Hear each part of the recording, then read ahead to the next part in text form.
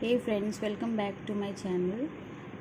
और आज है 19 अगस्त। ईपीएफओ एसएससी का मॉक देने जा रही हूँ मैं। और मेरा एग्ज़ाम 21 को है। अभी मैंने सिर्फ लास्ट एक दिया है एसटी, जो कि मैंने टेक्स्ट बुक से ही दिया था। और कल मैंने दी थी एसटी।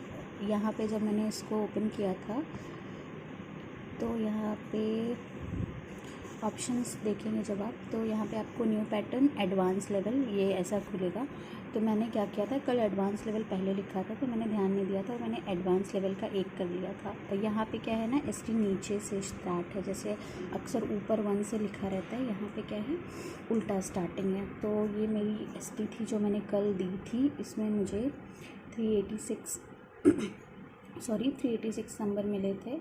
और इसको सबमिट करने के बाद मुझे थोड़ा सा डाउट हुआ था कि मेरी प्रिपरेशन अच्छी नहीं है, अच्छा पेपर नहीं जाएगा। बट जब मैंने वापस से ओपन किया, उसको देखा तो ऊपर एडवांस लिखा था, तो मुझे थोड़ा सा रिलीफ मिल गया था कि ठीक है एडवांस लेवल है तो थोड़ा बहुत तो अप लेवल रहेगा ही। अब यहाँ से मैं अभी एक एसटी अटेम्प्ट करूँगी आज।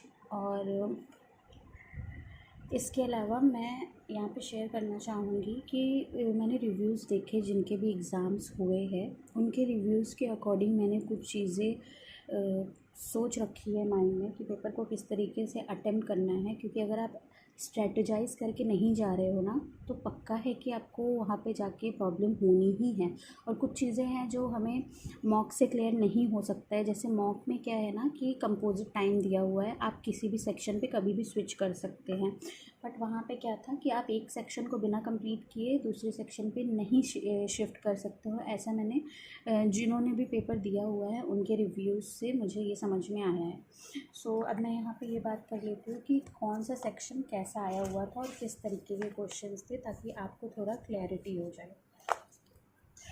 सो यहाँ पे जो सेक्शन ओपन हो रहा है ना, reasoning, then GK, then maths, और देन आफ्टर मैथ्स के बाद इंग्लिश एंड देन कंप्यूटर। मैंने कल जो एसटी दिया था ना, उसमें भी यही पैटर्न था। और फिर मैंने एक दूसरा एसटी ओपन किया था, उसमें भी यही सेम पैटर्न था। तो यहाँ से मैं ये आइडिया लगा सकती हूँ कि आपका जो पैटर्न आएगा ना, वो इसी पैटर्न पे आएगा। पहले रीजनिंग होगा, फिर जीके, फिर मैथ्स, फिर इंग्लिश, फिर कंप्यूटर। अब जिन लोगों को बिल्कुल भी आइडिया नहीं है, सिर्फ फॉर्म भर दिया है, तो उनके लिए मैं ज़रा सा ये क्लियर कर देती हूँ कि रीजनिंग में आपके 30 क्वेश्चन आ रहे हैं, जीके में भी आपके 30 आएंगे, मैथ्स में भी 30 आएंगे, इंग्लिश में आपके 50 आएंगे और कंप्यूटर में 10 क्वेश्चन आएंगे। और ये टोटल 150 क्वेश्चंस होंगे, जो कि 600 मार्क्स के होंगे।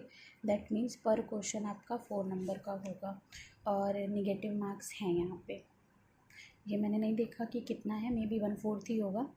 अब दूसरी चीज़ जो मैंने अपने पहले भी वीडियो में जो ईपीएफओ के लिए मैंने बनाई थी, उसमें मैंने मेंशन किया था कि इसका जो पैटर्न होगा वो एसएससी प्लस बैंकिंग होगा। SSC plus banking. और ये बात सच निकली क्योंकि आपको टाइम यहाँ पे 2.5 घंटे का दिया जा रहा है। और 2.5 घंटे के टाइम में अगर उन्होंने एसएससी लेवल का रीजनिंग और मैथ्स दे दिया, तब फिर आप क्या ही करोगे। आप उसको 1.5-2 घंटे में, 1.5 घंटे भी बहुत हो जाएंगे फिर आपके लिए, आप उसको करके बैठ जाओगे, ऐसा ही हो जाएगा। तो यहाँ पे जो मैंने रिव्यूज़ लिए हैं लोगों के, उनके अकॉर्डिंग मुझे ये समझ में आया कि जो आपकी रीजनिंग आ रही है वो मिक्स्ड आ रही है। वो एसएससी पैटर्न पे भी है, कुछ क्वेश्चंस है बैंक वाले क्वेश्चंस ऐसे हैं कि जो आपके क्लरिकल में बैंक में आते हैं, पजल्स वगैरह। अब वो पजल्स क्या होती है, 4-5 पूछा रहता है, तो यहाँ पे एक पजल देके एक क्वेश्चन पूछ लिया, इस तरह की चीज़ें हैं। और स्टेटमेंट बेस्ड आ रहे हैं। असर्शन और असर्शन रीज़न नहीं है, कंक्लूज़न वाले जो कॉज है, इफ़ेक्ट है, इस तरह के मतलब लॉजिकल रीजनिंग के भी क्वेश्चन आ रहे हैं। सो ये ओवरऑल रीजनिंग का हो गया। रीजनिंग में नॉर्मल जैसे एसएससी में आता है, paper folding, then mirror image, water image, series वाला, मिसिंग सीरीज़, तो इस तरीके के क्वेश्चन है, अल्फ़ा न्यूमेरिक। अब बात कर लेते हैं जीके का। सो जीके जो मैंने लोगों के लिए रिव्यूज़ लिए हैं, 3-4 लोगों का मैंने देखा है, और सबके ही अकॉर्डिंग जीके ही ईजी आ रही है। मतलब जो भी पर्सन एसएससी की प्रिपरेशन कर रहा है उसके लिए जीके ईजी है, क्योंकि डायरेक्ट डायरेक्ट क्वेश्चंस हैं। और 30 में से 20 से 22 क्वेश्चन आराम से लोग कर ले रहे हैं, ऐसा मुझे रिव्यू में पता चला है। सो ये हो गया जीके का। करंट आ रही है बट उतनी ज़्यादा नहीं आ रही है।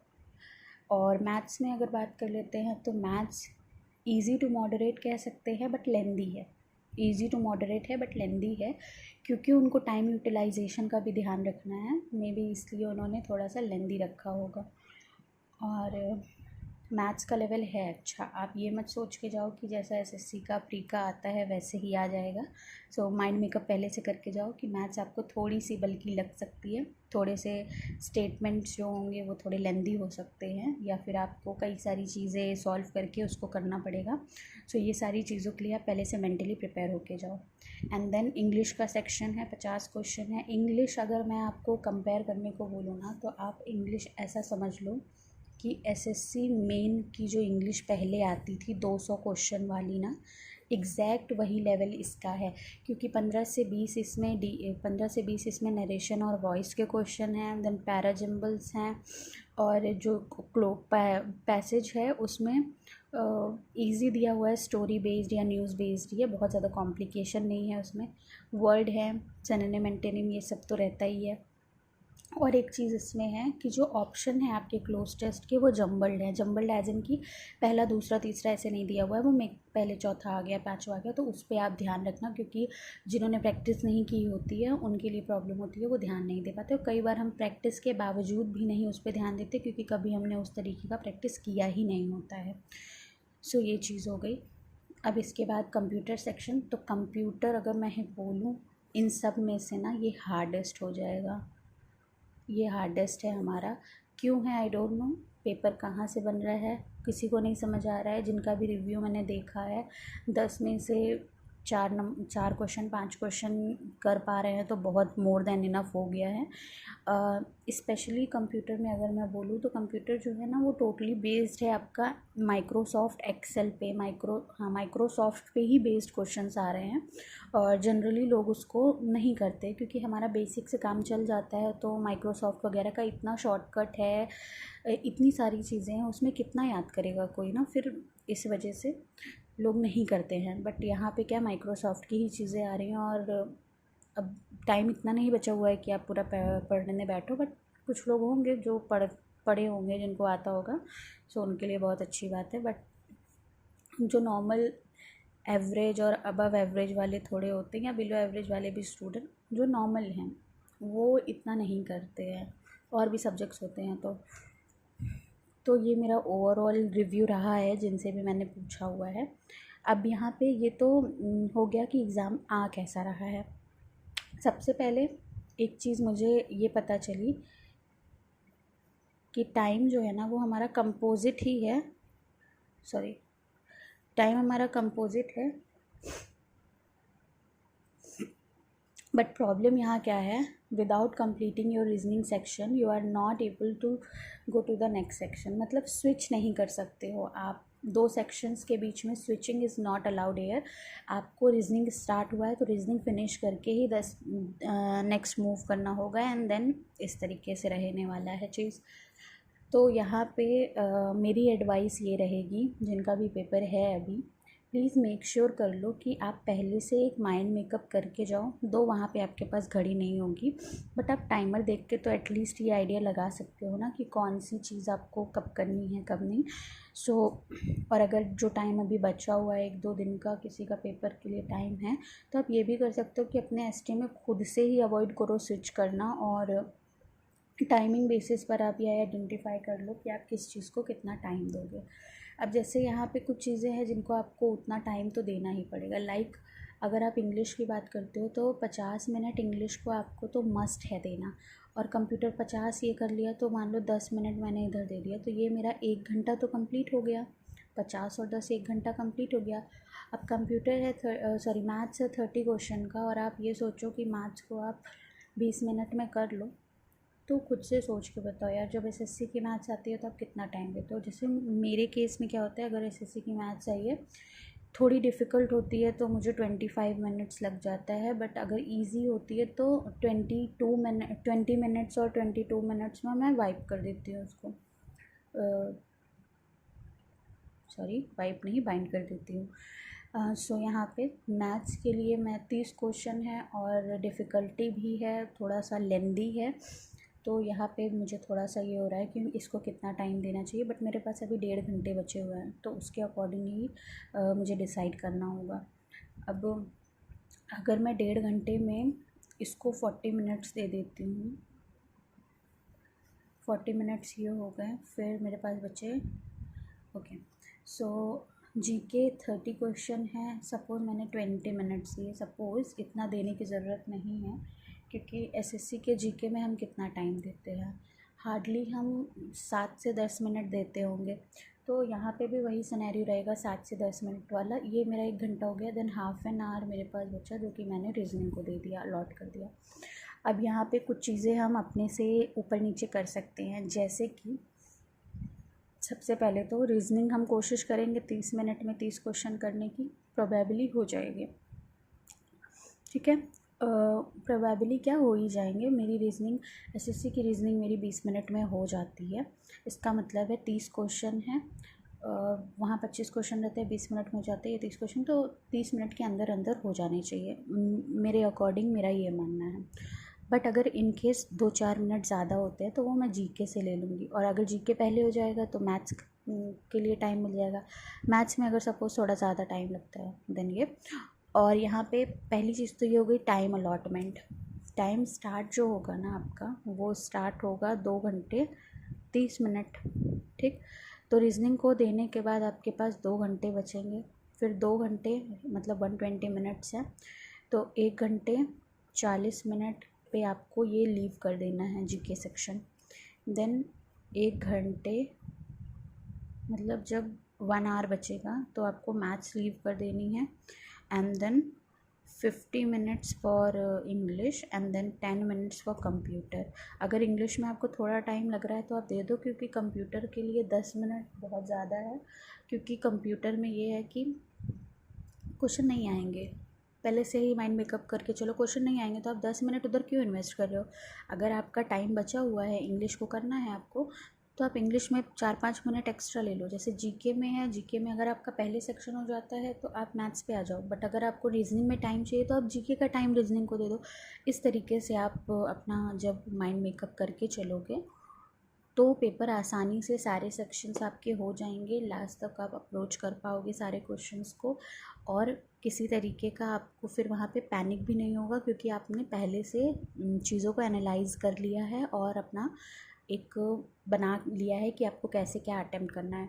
जैसे एक बार मैं फिर से रिपीट कर देती हूँ, 2 आवर 30 मिनट होगा, 30 मिनट आपको रीजनिंग को देना है, देन आफ्टर 2 घंटे जैसे ही होंगे जीके पे स्विच करना है, 1 घंटे 40 मिनट होंगे, मैथ्स पे स्विच करना है, 1 घंटा बचेगा इंग्लिश पे स्विच करना है, एंड देन 10 मिनट्स बचेगा कंप्यूटर पे स्विच करना है। बट अगर आसपास वाले सेक्शन को नीड होगी तो आपको टाइम थोड़ा बहुत कम ज़्यादा कर लेना है अपने अकॉर्डिंग।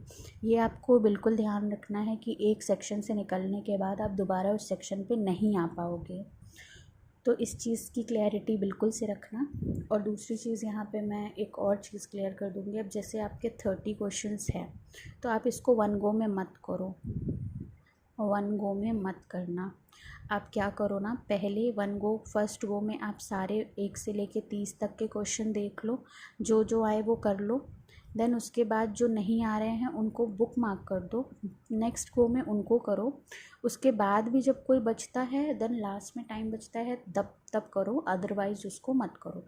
बट 1 गो में अगर आप करने बैठ जाओगे, बीच में किसी क्वेश्चन में आप अटक जाओगे, तो वहीं पे आपका टाइम कंज्यूम हो जाएगा और आप सारे सेक्शंस पे जो टाइम आपने सोचा है वो नहीं दे पाओगे। सो ये मेरी पर्टिकुलर स्ट्रैटेजी है, मेरी स्ट्रेंथ के अकॉर्डिंग, और जो भी मेरे जितना टाइम मुझे लगता है या जो भी मेरा माइंड थॉट प्रोसेस होता है उसके अकॉर्डिंग मैंने ये अपना डिसाइड किया है कि मैं एग्ज़ाम को इस तरीके से दूंगी। सेकेंडली, मेरा एग्ज़ाम प्रयागराज में ही गया है और सेंटर मेरा थोड़ा सा दूर है, मेरा सेंटर लगभग 10 से 12 किलोमीटर आई गेस होगा, 45 मिनट्स के अराउंड डिस्टेंस पे है और अक्सर मेरा सेंटर वहीं पे जाता है। सो 21 को है आफ्टरनून शिफ्ट में है, मुझे ये नहीं पता एग्जैक्टली कौन सी शिफ्ट में है। सो उसके पहले मॉर्निंग में भी मेरे पास टाइम रहेगा इन केस अगर मुझे एसटी देनी होगी। वैसे जिस दिन एग्ज़ाम रहता है उस दिन अवॉइड ही करते हैं, बट अगर देनी हुई मन किया या सेक्शनल वगैरह कुछ तो वो मैं दे लूँगी। अभी जो मुझे पर्टिकुलरली लग रहा है जिस सेक्शन में मुझे गड़बड़ हो सकता है, एक तो कंप्यूटर पता है ये सबका गड़बड़ हो रहा है और दूसरा मुझे डाउट हो रहा है जीके पे। बट अदरवाइज़ मैं कोशिश करूँगी कि 150 में से मैक्सिमम मुझसे जितने क्वेश्चन अटेम्प्ट हो सके मैं करूँ। ये रहेगी मेरी EPFO SSA के लिए स्ट्रैटेजी। ये फ्रेंड्स, मैंने एसटी करने के बाद ये वाला भी अटैच कर दिया है, आप इसमें देख लो। ये मैंने अभी एक मॉक दिया था EPFO का। इसको लगभग 392 लोगों ने किया है, जिसमें मेरी रैंक 12 आई है। मेरे स्कोर हैं 418 और मेरे अटैम्प्ट्स है 132। एक्यूरेसी मेरी ख़राब हो गई है और परसेंटाइल है 97। यहाँ पे मैं एक चीज़ दिखाना चाहूँगी कि आज जो मैंने किया है ना उसमें मेरी रीजनिंग की एक्यूरेसी ख़राब हो गई है। ठीक है, तो ये मैं भी देखती हूँ कहाँ पे मैंने क्या किया है। मैंने जो अभी पहले वीडियो में डिस्कस किया था कि मुझे किस पोर्शन को कितना टाइम देना है, तो यहाँ पे मैंने वो ध्यान रखा क्योंकि इसके पहले जो दिया था उसमें आप स्विच कर सकते हो। बट यहाँ पे क्या था ना कि मुझे नहीं पता था कि ये नए पैटर्न वाला है, न्यू पैटर्न लिखा है इस पर। ये देखिए यहाँ पे न्यू पैटर्न, इसमें 2 तरीका दिया है, अभी मैं दिखा दूँगी। तो न्यू पैटर्न में क्या है ना कि आप स्विच नहीं कर सकते। आप जब एक सेक्शन कर लोगे दूसरे सेक्शन पे जाओगे तो वापस पहले सेक्शन पे नहीं आ सकते हो। ये जब मैं अभी लास्ट में इंग्लिश का कर रही थी ना, तब मैंने ऐसे चेक करने के लिए क्लिक किया तो नहीं ओपन हुआ, तो मुझे समझ आया कि अच्छा ये नए पैटर्न पे ही है। तो अच्छा है ना, ये प्रिपरेशन आपकी प्रैक्टिस के लिए अच्छा है, जो एग्ज़ाम हो रहा है उस हिसाब से। तो यहाँ पे देख लो आप, मैंने क्या डिसाइड किया था कि रीजनिंग में मुझे 30 मिनट देने हैं, तो यहाँ पे 30 मिनट और 1 मिनट एक्स्ट्रा लगा। ठीक है। जीके को मैंने सोचा था कि मैं जीके को कितना टाइम दूंगी, जीके को मैंने सोचा था मैं जीके को 20 मिनट दूंगी। बट यहाँ पे क्या हुआ देखो, जीके मेरी 10 मिनट के अंदर होगी, जैसा कि मैंने बताया था। 7 से 10 मिनट मोर देन इनफ होता है। और यहाँ पे मेरे अटैम्प्ट्स भी अच्छे हुए हैं, 27 अटैम्प्ट हुआ, तो काफ़ी ईजी थी जीके। मतलब पूरा स्टैटिक पे ही था आप कह सकते हो, SSC पैटर्न पे ही था, बट बहुत ईजी था। और फिर मैथ्स की बात कर लेते हैं। मैथ्स में मैंने क्या डिसाइड किया था, मैं 40 मिनट्स दूंगी। बट यहाँ पे क्या थोड़ा सा टाइम ज़्यादा लगे, तो यहाँ पे मेरे 10 मिनट बचे थे, वो मैंने यहाँ पे यूटिलाइज़ कर लिए। ठीक है। और अगर मैं लेवल की बात कर लूँ तो रीजनिंग जो थी हमारी वो बिल्कुल SSC लेवल वाली ही थी। जीके यहाँ पे इजी थी। क्वांट यहाँ पे आप कह सकते हो थोड़ा सा परेशान करने वाले कुछ क्वेश्चंस थे, सारे नहीं कुछ क्वेश्चंस थे। 3 क्वेश्चन मुझे जो नहीं आए हैं वो तो काफ़ी मतलब थे अच्छे क्वेश्चंस, लेकिन कॉन्सेप्चुअल थे और उस टाइम पे मैंने ट्राई किया 2-3 बार बट नहीं आया, तो मैंने लास्ट में छोड़ दिया। अब इंग्लिश की अगर हम बात कर लेते हैं तो इंग्लिश के लिए मैंने डिसाइड किया था कि मैं इंग्लिश को 50 मिनट दूँगी। यहाँ पे मैंने 32 मिनट में ही कंप्लीट कर लिए थे, तो मैंने टाइम वेस्ट नहीं किया। मैंने 47 अटैम्प्ट किए थे और मुझे 138 मिले हैं। एक्यूरेसी काफ़ी कम है, इसका मतलब कई सारे क्वेश्चन गलत हुए होंगे। लेट्स सी कितने गलत हुए हैं। कंप्यूटर में मुझे 3 ही आ रहे थे, मुझे लगा एक भी नहीं आएगा स्टार्टिंग से जब मैं कर रही थी, बट 2-3 क्वेश्चन मुझे ठीक लगे, समझ में आए, मैंने किया, जिसमें से 2 सही हैं। तो कंप्यूटर की एक्यूरेसी तो आप अवॉइड ही कर दो। अपार्ट फ्रॉम दैट बाकी सेक्शंस का आपने ये देख लिया। और मैंने टाइम देखो कितना लिया है, 120 मिनट से भी कम, मतलब आधे घंटे के पहले मैंने सबमिट कर दिया है सेशन को, अपना ये टेस्ट को। तो ये मेरा ओवरऑल रिव्यू रहा। अब मैं यहाँ पे ज़रा सा आपको कुछ क्वेश्चंस दिखा देती हूँ, मैंने अभी देखा नहीं है मेरे क्या कैसे गलत हुए हैं। शिट, रीजनिंग में मेरे कई सारे गलत हो गए हैं, वो मैं बाद में देख लूँगी, अभी वीडियो लंबी हो जाएगी। हाँ, जीके में एक गलत है, मैथ्स में 2 गलत हो गए हैं और इंग्लिश में तो भाई साहब 10 गलत है। बड़ा बुरा लगता है यार, बेसिक की छोटी छोटी गलतियाँ होंगी बट ठीक है। और कंप्यूटर का तो 3 ही किए थे कंप्यूटर के। अब क्वेश्चन देखो ज़रा कंप्यूटर के, मतलब क्या है, 10वीं तक कंप्यूटर पढ़ी थी और अगर वहाँ से कंपेयर किया जाए क्या ही है ये। ऑनलाइनर्स तक तो ठीक था, किसी तरीके से काम चल जाता था, बट कोई नहीं। सो ये रहा मेरा ओवरऑल। जो मैंने ST दी है उसका रिव्यू। और यहाँ पे 2-3 चीज़ें मुझे इसको देख के समझ में आया कि मेरा एग्ज़ाम 21 को अगर मैंने 2-3 प्रैक्टिस कर लिया ना तो मुझे आइडिया लग जाएगा कि कैसे मुझे करना है। टाइम का बस ये ध्यान रखना है कितने सेक्शन को कितना कौन से सेक्शन को कितना टाइम देना है। बाकी आपको ये ध्यान देने की ज़रूरत नहीं है क्योंकि इसमें प्रैक्टिस आपको करवा देगा वो। बट यहाँ पे ये है कि आपको टाइम मैनेजमेंट अपने अकॉर्डिंग कर लेना है, ठीक है। और बाकी तो सारा सेक्शन जैसा मैंने बताया था, जैसा मुझे रिव्यू में मिला था वैसा ही है। सो अच्छा है प्रैक्टिस के लिए। Thank you. Thanks for watching my video. अगर आपको मेरी वीडियो अच्छी लगी हो, इन्फॉर्मेटिव लगी हो और कुछ आपको सीखने को मिला है तो प्लीज़ कमेंट करके मुझे बताइएगा। और अगर मेरी प्रिपरेशन से रिलेटेड आपको कुछ भी डाउट्स होंगे या फिर आपके पास कुछ सजेशंस होंगे तो प्लीज़ मुझे वो बताइएगा। और अगर आपको मेरी वीडियोज़ अच्छी लगती हैं so please do like, share and subscribe my channel. And best of luck for your exam.